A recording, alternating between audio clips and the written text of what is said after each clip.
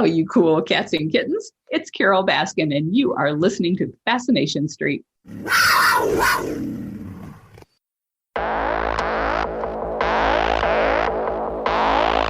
I believe that everybody has a story, and I'm fascinated to hear them. So come with me as we take a walk down Fascination Street.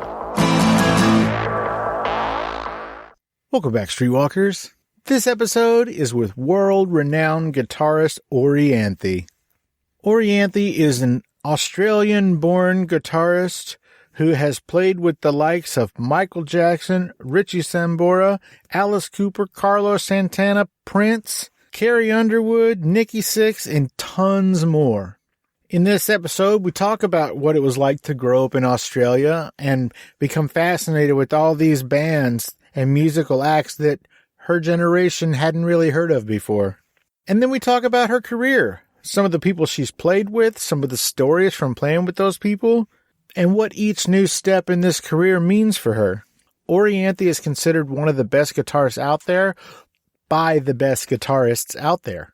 She lets me play one of the songs off of her most recent album, and we talk about what's coming out as far as her new album, a new tour that's going to happen later this year. And this week, on June 19th at 10 p.m. Pacific, you can stream Orianthi, The O Experience, which will be streaming live from the Sanre Geosphere. You can get tickets at sanrestreaming.com. That's S-A-N-R-E streaming.com. And for more details, you can go to I Am Orianthi on Instagram. This is my conversation with world-renowned guitar player Orianthi.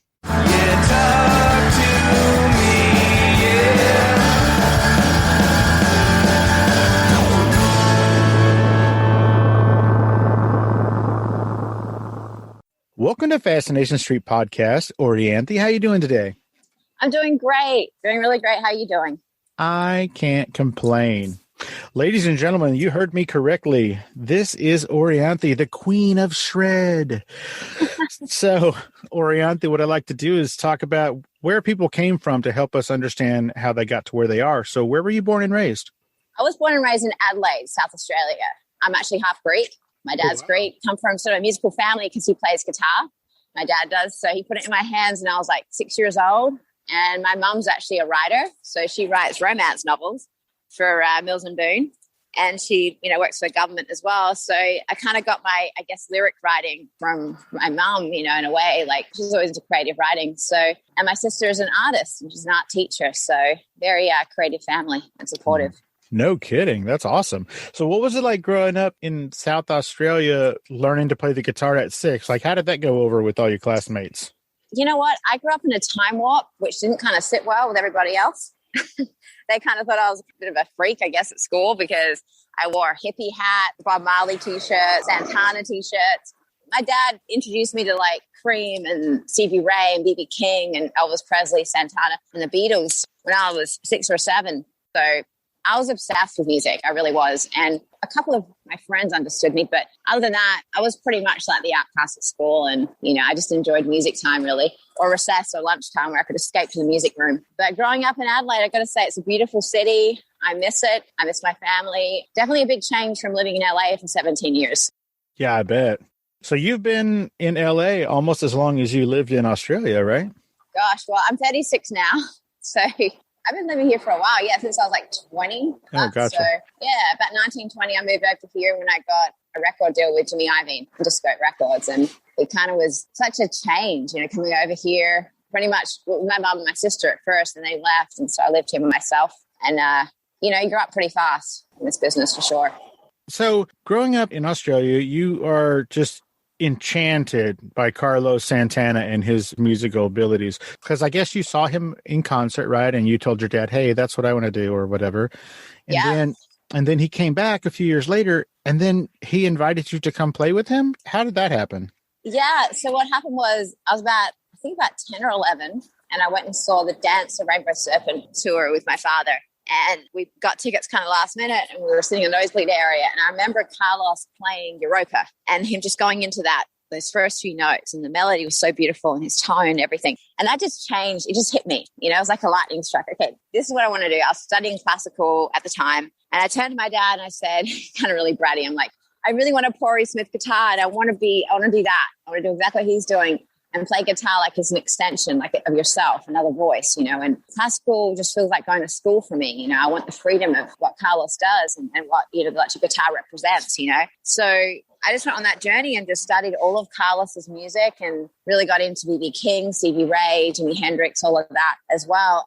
I studied how to record as well. My dad wanted me to, learn how to sort of engineer and record myself. So I started on like a Fostex and a 2480 Roland work desk. And then I learned how to play some mics, how to just record vocals, what compressors to use, all of that stuff. I actually went to a studio in Adelaide and learned how to do that. So I recorded my own record when I was about 14. It was a demo called Under the Influence. It was about 5 or 6 tracks, a couple of Santana covers off the Santana Brothers record and some originals, and then It Hurts Me Too and a few other blues, covers, whatever. And then when I was like, I think 17, 18, I made another record called Violet Journey, and I played everything myself. I locked myself away for like a year. And I just learned how to play drums, bass, keyboards, everything, program, mixed. I literally learned how to do everything myself. I didn't have to rely on anyone, and there's freedom in that. And very much into, sort of just energy and everything, and going on that journey where you just sort of left alone, just going with the flow and just reflecting a lot.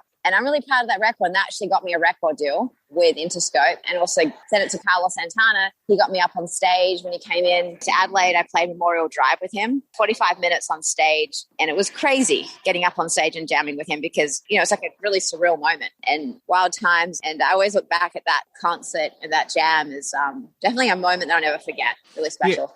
Yeah, that seems like maybe a turning point in your life that maybe to a little girl, hey, I really can do this, right? Does that make sense? Absolutely. With Carlos, he invited me to sound check. We ended up jamming backstage, and he was like, can I play your guitar? You play mine, and plugged into his amp. And he's like, okay, you're going to join me on stage tonight. Didn't say what songs they're playing, nothing. Literally, you get thrown into the middle of the ocean, to see if you can swim. And bless Carlos for doing that, because it kind of proved to myself that I could do it. It was scary, but at the same time, it wasn't. It wasn't uncomfortable. It was like, okay, this is kind of daunting and I'm a little afraid, but at the same time, there's a comfortability in that too, because you sort of have to just prove yourself in a way to yourself, not to anybody else, but also just get into that realm and fall into it. And I think that that's so important as a musician to get into the zone and just meld with the other musicians.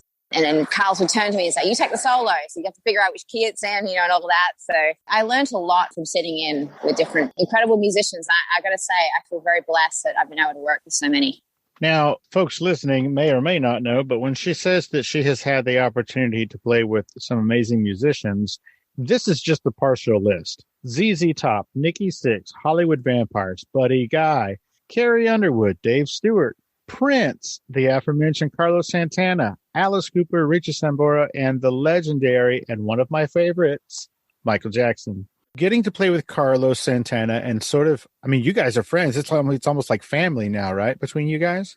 Yeah. Carlos I've known since I was about 18, and he's always just been there as a mentor, and his wife, Cindy Santana, is a friend. And we text here and there, check in with each other, and hope to see them soon, that would be great. It's been a minute since we've actually caught up, but the last time we jammed was actually in Vegas at his residency when he was doing that. Oh, cool. But yeah, with Carlos and Steve Vai, Steve Vai is like an uncle to me. I've known him since I was like 14. And he's incredible. So between those two amazing artists and guitar players, they have been a real constant in my life and an inspiration and just support. And I can't honestly thank them enough for being there, Absolutely, I bet. Now, a little girl growing up in Southern Australia, it had to be wildly out of reach for you to just assume that you were going to be friends with all of these people, right? So what was it like, or what is it like, knowing that a little girl from Southern Australia is now among the most elite in her profession? And you might not think that that's true, or you might, I don't know, but you are on list. You are on list. As a matter of fact, I just heard an interview very recently with Nancy Wilson from Heart, and the guy asked her, who are the top 10 guitarists of all time? And she named a couple, and then she said Orianthi's name has to be on that list. So, oh, wow. I love Nancy. You That's know, very sweet. love her. And that's amazing for her to say that. We got to jam Barracuda together in, I think it was 2010. Dave Stewart was there to Stand Up to Cancer. That's actually when I met Dave Stewart. And he's like, now I want you to jam with Heart. So I got up there and I remember meeting Nancy and just saying, you know, you were such an inspiration for me as a woman, because she's an incredible player and she plays like she means it, you know what I mean? But she's so feminine with it. And that's kind of the way that I don't know, it's a big inspiration for me. And I just, all the songs they've written, everything. And she gave me one of her scarves and I that scarf up and she was just so cool. And both of them were, Nancy and Ann. And so that means a lot. That means a lot. So thank you, Nancy, for saying that. Well, absolutely. Obviously you are world renowned for what you do. But what I want to know is, you didn't grow up knowing anybody famous, I don't think. So it's clearly just the talent and your personality that opened all of these doors, right?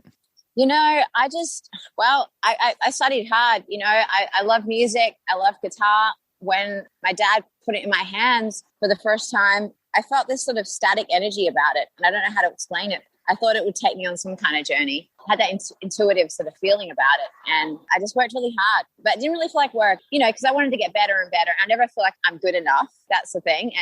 And so I'm always trying to try different things, learn different styles, sit in with different artists, write different music, collaborate. You know, it's a journey. And I'm not going to stop until I'm like, you know, I can't play anymore. And I'm never going to stop learning, you know. And I think that that's always been my outlook on music and how it affects people and how it affects me and how it's therapy for me and how it brings people together. And it's just, as some quote someone said, it was the most powerful form of magic, you know, it really is. And I grew up in kind of in my own bubble, I guess. I was a very weird kid. I sort of felt like, you know, I lived in this hippie realm. You know, my studio in Australia is just like tapestries and Buddhas and incense. And my parents thought I was a bit whack. They thought, you know, I was like a hippie child, like a hippie child, you know what I mean? Like everything was tie-dyed. I wore the Santana hats and going to school and putting up flyers like, want to join my band? Like B.B. King, C.B. Ray, Carlos Santana, Grateful Dead, all this stuff.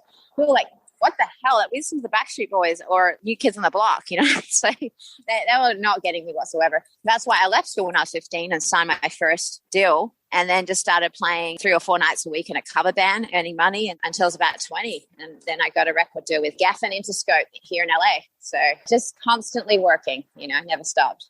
So back when you were 14 or 15 and you got your first manager, is that when you would like open for whatever big acts would come through Adelaide, like ZZ Top?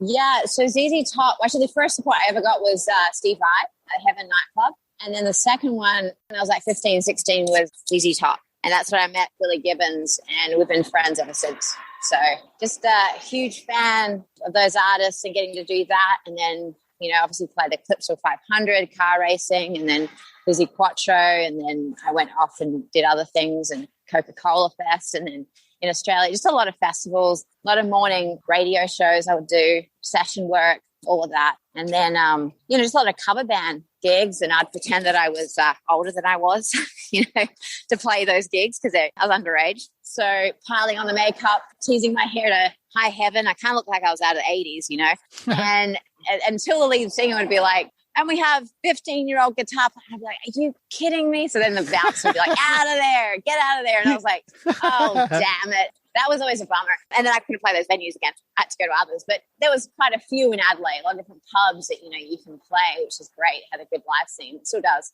But I learned a lot from playing those pub shows, especially even if you go to the farm weddings where people are drunk and they fall back with their drinks, the power goes out, you get your face bruised, the microphones, teeth chipped. I've been through a lot of stuff. Slept in barns. You know, hey, it's all an experience. It really is. And the experiences. You have accomplished so much for such a young woman and, well, a young person at all. And if life is any gauge, right, if a lifespan is any gauge, you have more ahead of you than behind you, I think. I mean, you're really, really young. So talk about some of the highlights if you can. I know I don't have all day with you. I could talk to you forever, but that's not happening. So just talk about some of the highlights. I mean, you've gotten phone calls from Prince and from Michael Jackson. Yeah. You know, Prince was a friend of mine. He was a mysterious friend. I met him in 2007. He called me right after his Super Bowl performance, and he was watching YouTube videos of me randomly. Have no idea. He got my number from somebody. Have no idea how he got that. but it's Prince. So, I get this call and it's like, hi, it's Prince. I thought it was my friend calling as a joke. And I was like, oh, really? And I was like, giving him shit and everything. And then he's like, no, it's really Prince. I'm like, oh my God. He goes, okay, I'm coming down to LA tomorrow with Sheila E. at the record plant. And I want to jam with you. And I was like, yeah, that'd be amazing. So we met there at like 4 p.m. or something, jammed for like 5 hours. And somebody recorded it. I'm still trying to find that recording, to be honest, because we wrote quite a few songs together and jammed. And then ever since then, he wanted to be in his band, Prince, but I was actually with Alice Cooper. So he kept on calling off and on throughout the years until, unfortunately, his passing, which, was devastating. But yeah, what an incredible musician. And, he was such a mysterious guy. I just really dug him. He was really cool, just really cool. I can't even imagine what it must have been like to get that phone call, but you get these phone calls all the time. So by now, like if you get a phone call, unless you know that person's already dead, you're just going to have to assume that it really is them, right? I mean, it's got to be easier for your friends to play jokes on you now because you really do get these phone calls. Yeah, I feel very honored that I get to call these people my friends, these legends and incredible musicians. It's pretty wild, but I don't know. It's just surrounding yourself with people that are much better, and you just kind of get better. I always felt that way. So yeah, having their support means a lot. Hey, Streetwalkers, here's a word from our sponsors. Hey, Streetwalkers. Well, you're not literally Streetwalkers, but now that I've got your attention, I am Stephen O'Reilly, and I have a podcast called the Bar Star Podcast. And since you're listening to the Fascination Street podcast, I think you should check out my show. It's just as interesting without all the famous people, because Steve has connections that I just do not have. But if you dig podcasts about music, working musicians, and other random shit that I decided to talk about, based around music, of course, because that's what I do. I'm a working musician for the past 30 years, then you need to check out the Bar Star Podcast. You can get it wherever you get your podcast, on any platform, and make sure you check out barstarpodcast.com. Now back to the one and only Steve Owens and whatever the hell he was talking about.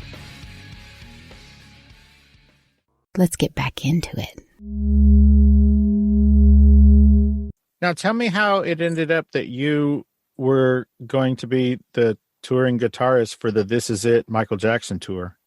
Well, I was playing the Grammys with Carrie Underwood, and I guess Kenny Ortega was in the audience for that at the Grammys. And I had the same manager as Carrie, Simon Fuller, when I was with 19 Entertainment. And Carrie asked me, she was like, do you know play the Grammys with me? And I'm like, yeah, that'd be amazing. And so we did that, and that was wild. And then I was working with Diane Warren, who is an incredible songwriter.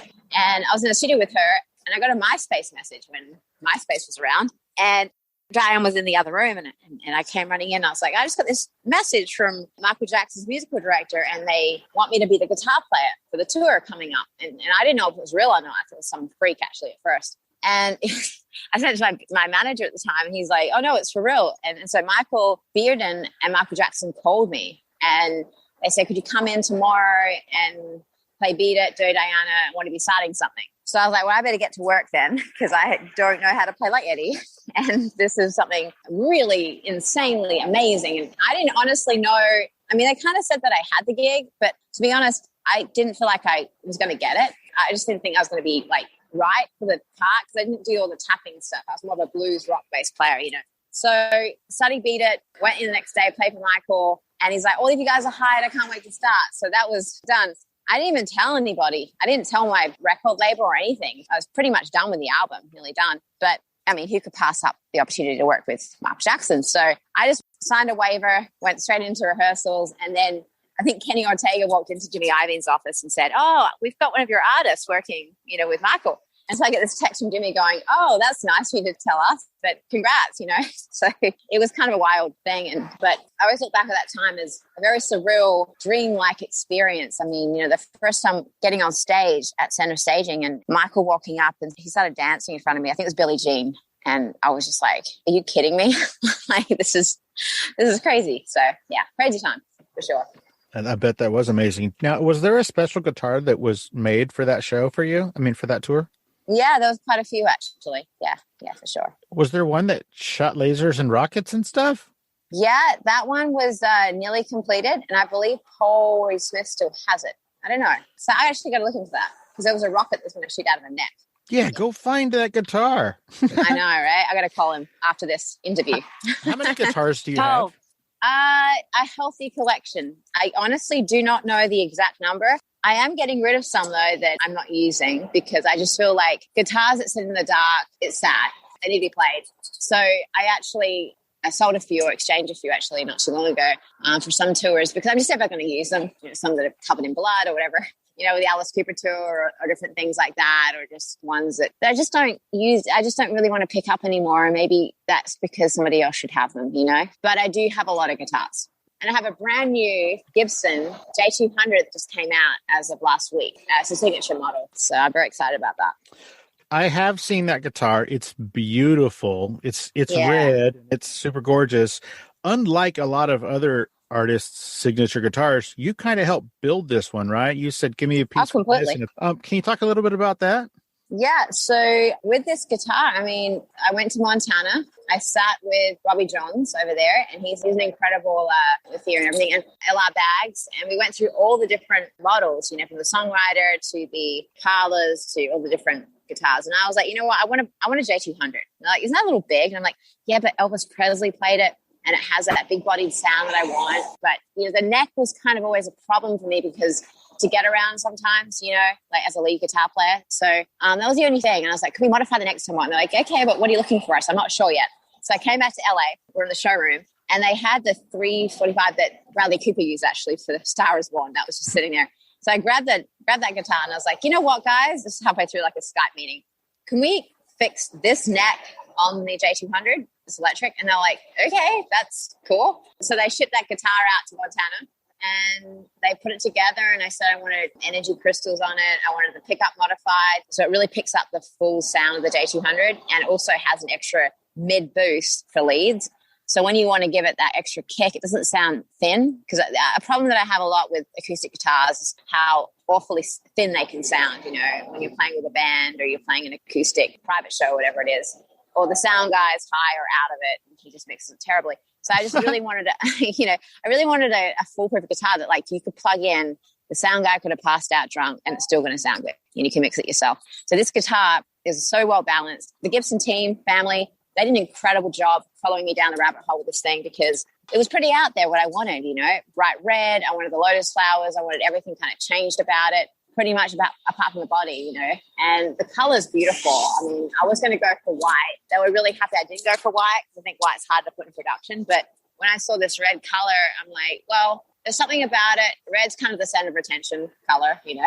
So I was like, well, this is it, and it's good luck too. So I just kind of felt that was it just turned out wonderfully, and I'm thrilled. Well, it's absolutely beautiful, and people can buy those, right? Like they just go to everywhere, Gibson or whatever. They can order it through Gibson.com. They can also go to any guitar center. They're available everywhere, worldwide now. So very excited. Kick ass. Well, congratulations. That is really, really cool. Now, offhandedly, you said that they were nice enough to follow you down that rabbit hole. And speaking of rabbits, is it true that you almost didn't get your first record deal because of a rabbit? Yes. So my sister had this rabbit called Gaston, and we found it in the front yard on Easter morning, which was very strange. But anyway, it decided to come in, and we took it in, and it used to eat a lot of cookies. It was a very fat rabbit, and it used to eat everything, including phone cords. So it decided to eat the phone cord. And so when I sent the demo off and everything to Jimmy Iovine and Ron Fair, they were trying to reach me, and they couldn't reach me because of the phone cord being eaten by the rabbit. So it took a minute, and then I think I got an email to give them a call, and then I was like, oh, okay, we got to get the phone cord like fixed, and then I got my record deal. But yeah, that was strange. Due to a fat rabbit, it took a minute. That is so funny. Did he believe you? Were you just like, no, I swear, there was this rabbit? I mean, yeah. It's a dog ate my homework kind of a thing. They honestly didn't know what my living conditions were, because when I explained, I think you live in Australia and your rabbit ate the front corner.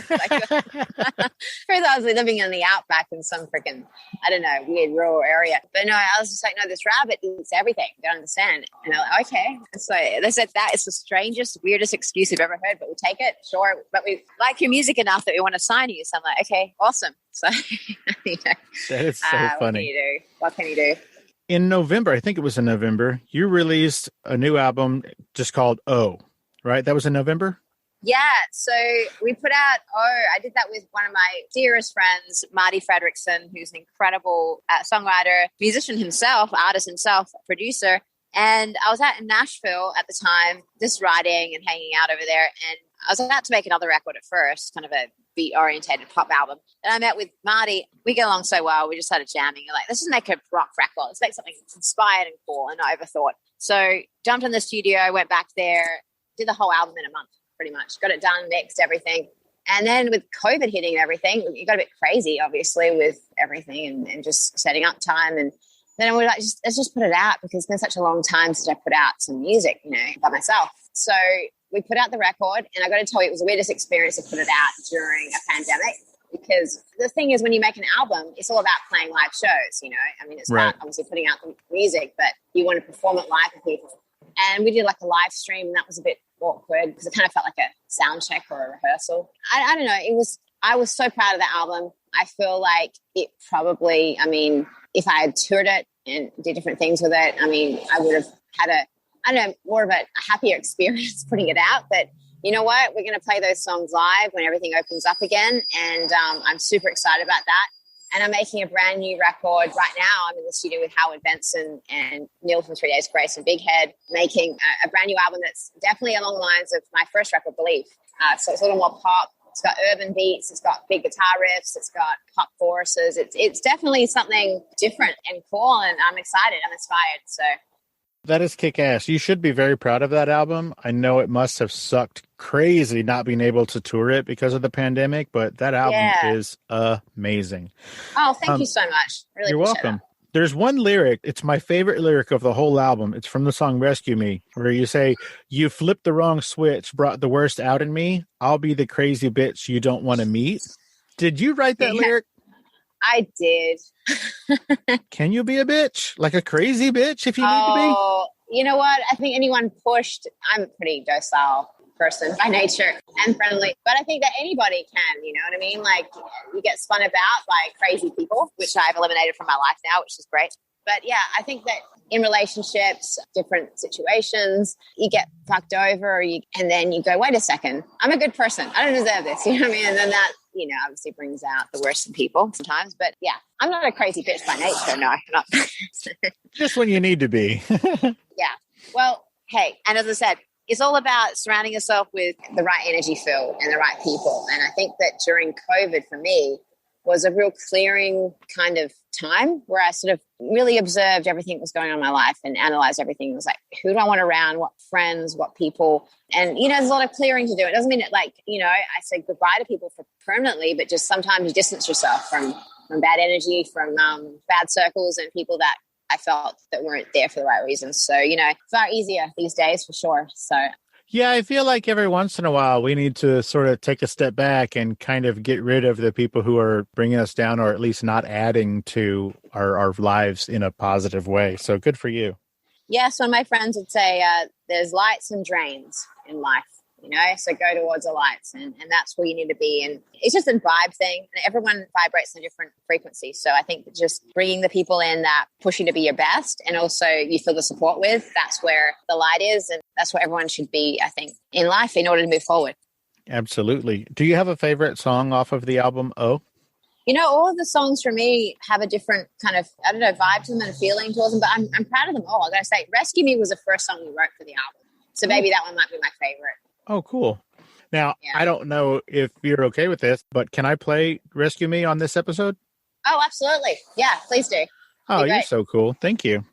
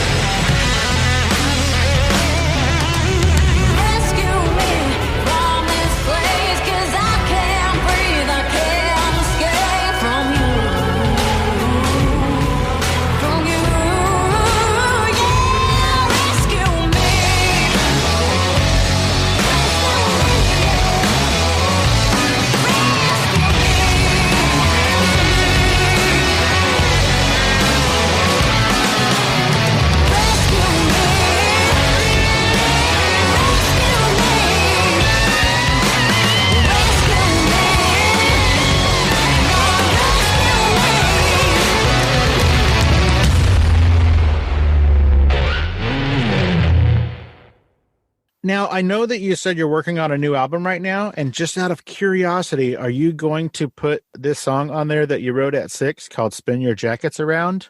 I don't know if that's going to ever see the light of day. That lives back then. I mean, that was one of the first songs that I ever wrote, and it was fun. I mean, I used to play all the time with my friends, and they back up dancers, spinning their jackets around. I wrote so many songs, actually, when I was about 5 or 6 years old, because my dad got me into the Beatles, Roy Orbison, Elvis Presley, and Rolling Stones. And I think the first song I ever learned to play was Twist and Shout, so.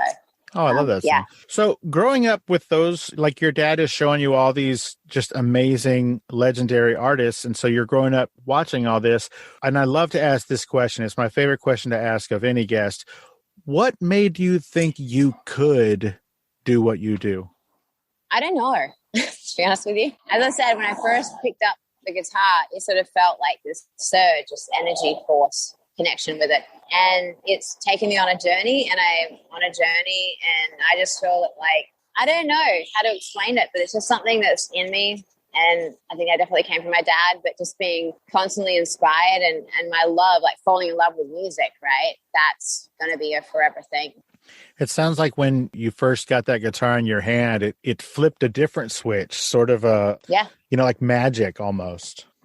Yeah, it just felt like, I don't know, something that was very familiar to me, which was weird because it's a challenge to play. And I play the guitar differently every day, but it's also very comfortable to play and something that I can express myself with in a different way than singing or, writing and stuff. It's just playing a note or playing a phrase or whatever it is, how I'm feeling, chords, whatever.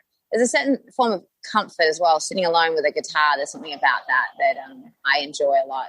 I like being left alone sometimes just with my guitar, and that brings me happiness, Sure. I keep saying this. You've had some of the most amazing experiences, from playing with Michael Jackson to playing with Prince to playing on the Grammys with Carrie Underwood to, collaborating with Nikki Sixx, and you played with the Hollywood Vampires and of course, Alice and Carlos. If you had to pick, gun to your head, what is the most memorable event so far in your short life? Oh, God, memorable. Like, which one stands out to you the most? Like, if somebody was, God forbid, going to kill you, unless you tell me the most impactful, the most important, the most memorable. Okay, I'm going to say when I was 18 and I got on stage with Carlos Santana for the first time, because that was my first moment of stepping on a stage in front of like 15,000 people, not knowing what the hell I was going to play, because Carlos didn't tell me. He just was like, just come and play. And I was like, all right. And the feeling that I got from that, because that was the first time I felt that way, you know what I mean, when in front of that many people. Yeah, I'll never forget that. Nice. That's a great answer. And I feel like that probably was the most instrumental in changing the course of your life. Really was. Absolutely. Hey, Streetwalkers, here's a word from our sponsors. Hi, guys. I'm Vinny Tortorich. I'm the guy that has the Fitness Confidential podcast and the book by the same name. I've started a few companies, but I just started a company called NSNG Foods, and our first product is Ultra Fat. What's that? You say fat? Oh, yeah. It's got fat in it. It's got Ultra Fat. And the reason we call it Ultra Fat is because it also has electrolytes. So this is something you want to take when you're on the move. Taking the nation and the world by storm. We have the coffee almond with coconut and vanilla. We also have the one with coconut, vanilla, and almonds with no coffee. So you can go check it all out, nsngfoods.com. Now go listen to my good friend Steve Owens because he knows what he's talking about. Let's get back into it. I think I read somewhere, it might have been even on some of your social media, that according to you is like, what is it, triple platinum now? Multi-platinum, yeah. I'm getting the plaque like tomorrow, the next day. It's crazy. My old manager actually reached out. He was like, yeah, like the plaque just came in and you sold another 1 million plus copies. I'm like, what? and on TikTok, it went up to like 100 million tags or something. I don't know. I can't remember whose daughter did a version of it, some famous boxer. And she started this thing and it just became viral and all the kids started doing it. And I mean, that song was released like 10 years ago now. So pretty wild, pretty crazy, but I'm very grateful. And I worked my ass off though, promoting that song, I've got to say. Did 3 cities in one day radio tour and we did it for like 3 or 4 months, meeting every radio person every install we could do. And I didn't sleep, I don't think, for 3 or 4 months straight promoting that one song and then going on a tour extensively around the world. But that song was so empowering lyrically that, I was just really proud of it. And I'm really grateful that it connected with a lot of people. My sister and I we're roughly the same age. We're about 10 years older than you. And at her wedding, which was right around the time that song came out, she played that song, like, when it was just, time to dance or whatever. She made sure that was on the list because she wanted it to be sort of a little, forgive my language, kind of a fuck you to all the dudes who didn't think she was, good enough, or all the people that she was trying to change herself. Yeah. So well done. That song speaks to multi-generations. It is so dope. It's a really great song. I was revisiting it earlier this week. You used the word empowering, and I feel like that's probably the best adjective to use for that song. Yeah, and I think it goes for girls and guys too, because a lot of the time in relationship, whatever, you just feel not appreciated. And it makes people feel like, okay, this is not like self-worth, and not staying in situations that they feel, not worthy, or just not living their light, and I got so many messages from people going, this made me break up with my, holy crap. But, at the same time, they were happy because they're like, you know what, you made me feel like I'm good enough and I'm better than this and I should be treated better, and that made me feel good. At the same time, kind of feel a bit weird that it caused a lot of breakups.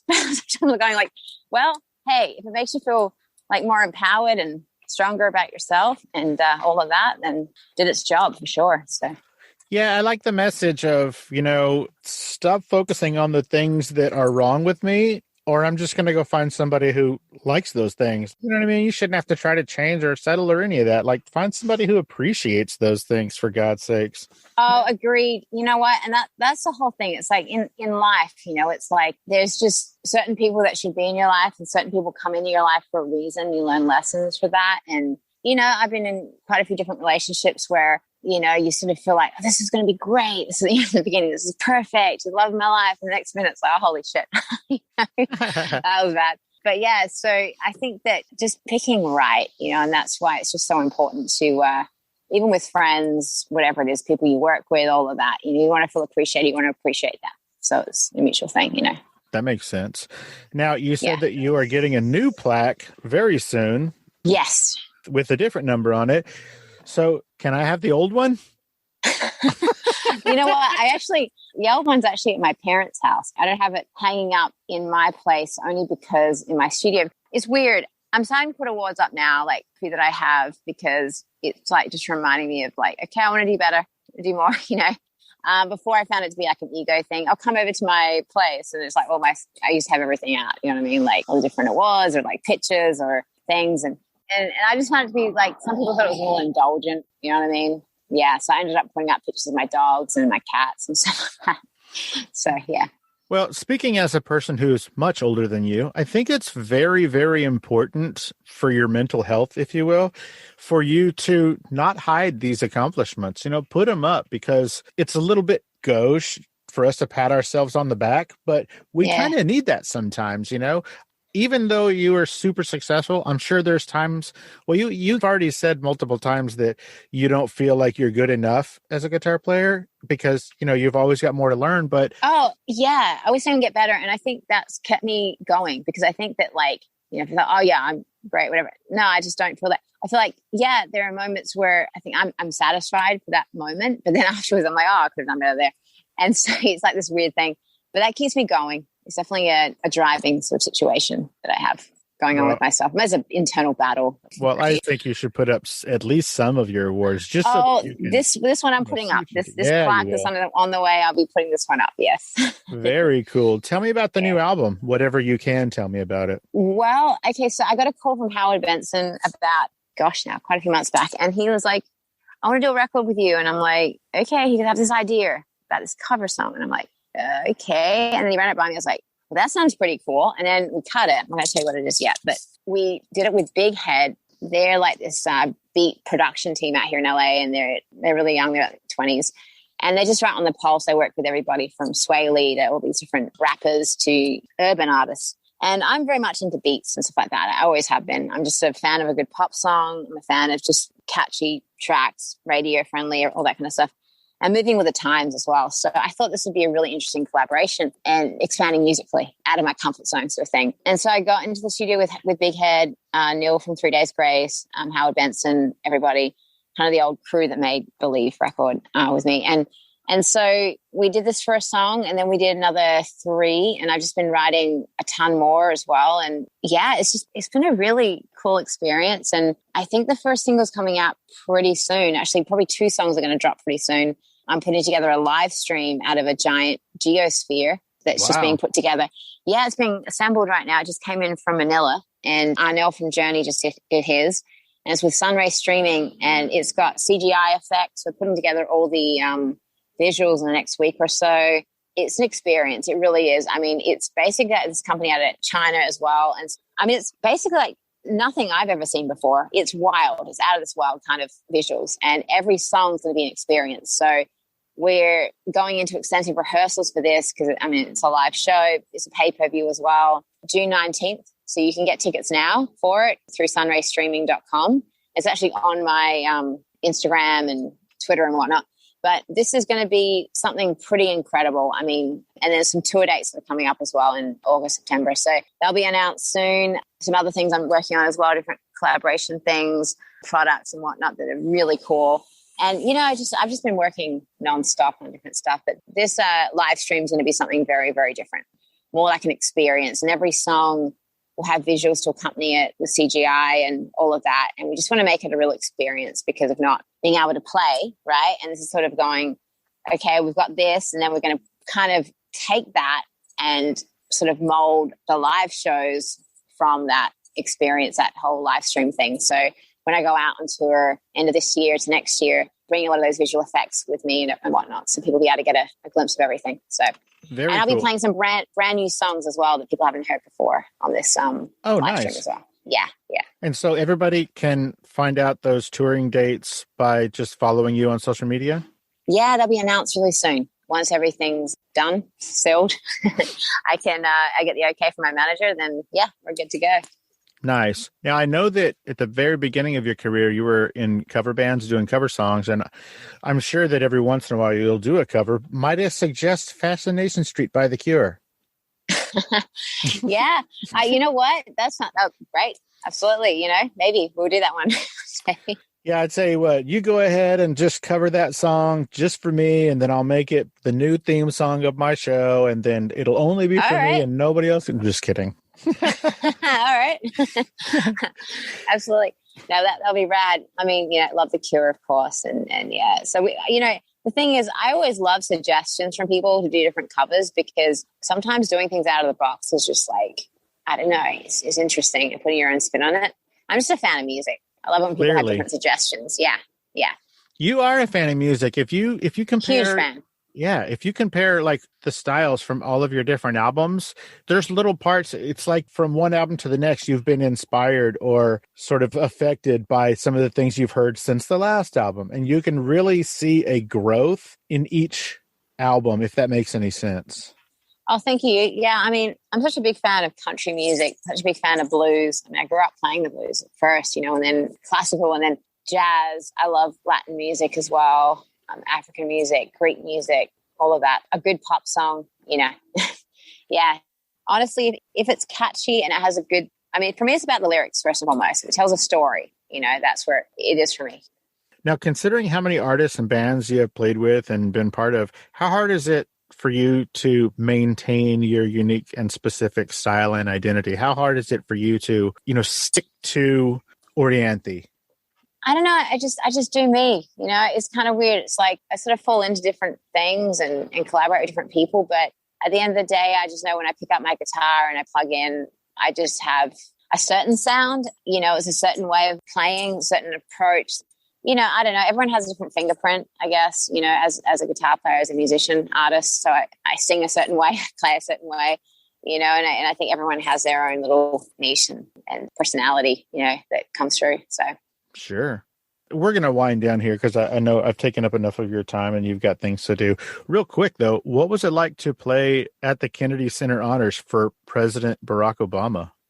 Oh, that was wild. I mean, playing for the president you're playing for Carlos Santana, who's sitting next to Rocket. I was just like, it was a crazy, I mean, honestly, the whole thing was just like wild. And being up on stage with Sheila E. and Steve Winwood, playing Everybody's Everything, Michael Bearden, it was just an amazing, amazing evening. Wild, actually. Beautiful evening, honoring the reason why I picked up the electric guitar in the first place. And then looking out, you see the president of the United States, you see all these different incredible artists that were there. And wow, is all I can say, truly a beautiful night.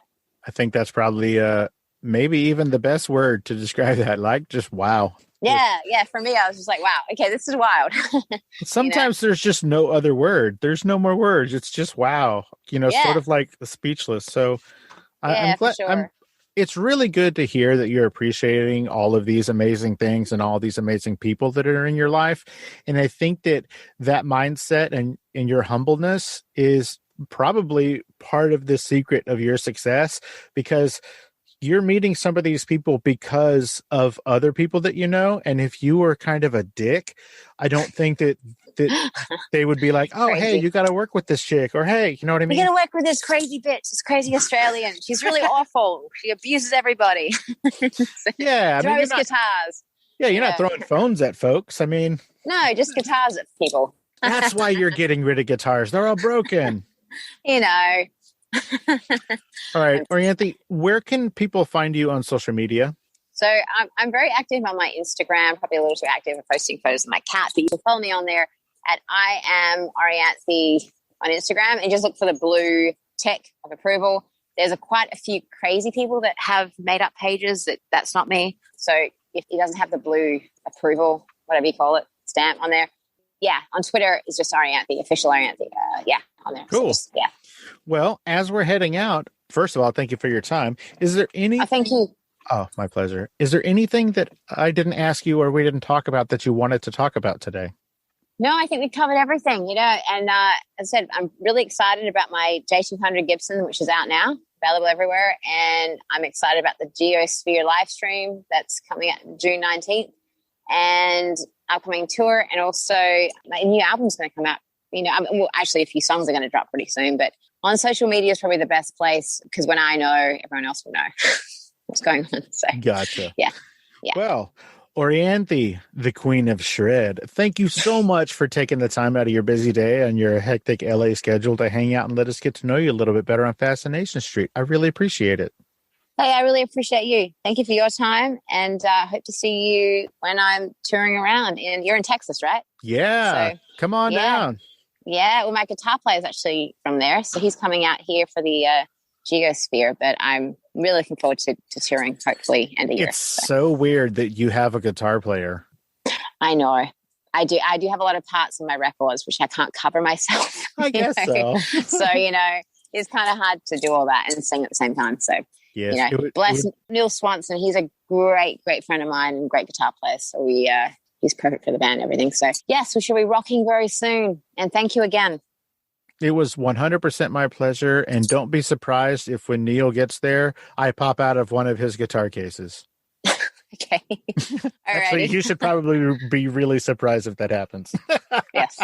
Okay. Have a great rest of your weekend, Orianthi. Thank you. You too. You take care. Thank you. Bye-bye. Bye. Hey, Streetwalkers, it's time for a giveaway. Thanks to our generous friends at Sylvania, we're going to give away some Bluetooth speakers. What do you think? These are fairly special and limited Fascination Street podcast edition, as they have a little Fascination Street emblem on the end. This oblong Bluetooth speaker is about 8 inches tall and about 3 inches in diameter, and is IPX4 waterproof. So how do you win? Well, what I need all of you to do is post a short video to your Instagram story, your Facebook story, or even your TikTok, telling everybody why you love Fascination Street Podcast and which is your favorite episode. Make sure to tag the show in these videos, and each week I'll pick one winner to win one of these special limited edition Sylvania Bluetooth speakers, and I'll mail it to you. And I might even throw a couple of other Fascination Street Pod swag in there as well. So tell a friend, tell all your friends, and include it in your stories on Instagram, Facebook, or TikTok. And don't forget to tag the show, Fascination Street Podcast.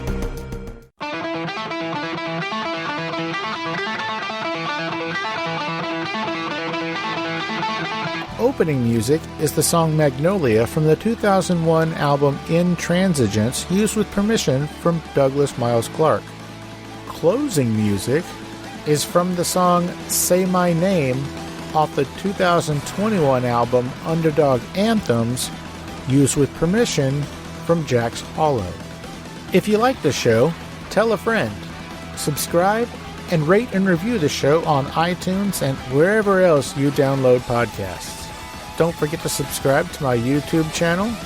All the episodes are available there as well. Check me out on Vero at Fascination Street Pod and TikTok at Fascination Street Pod. And again, thanks for listening.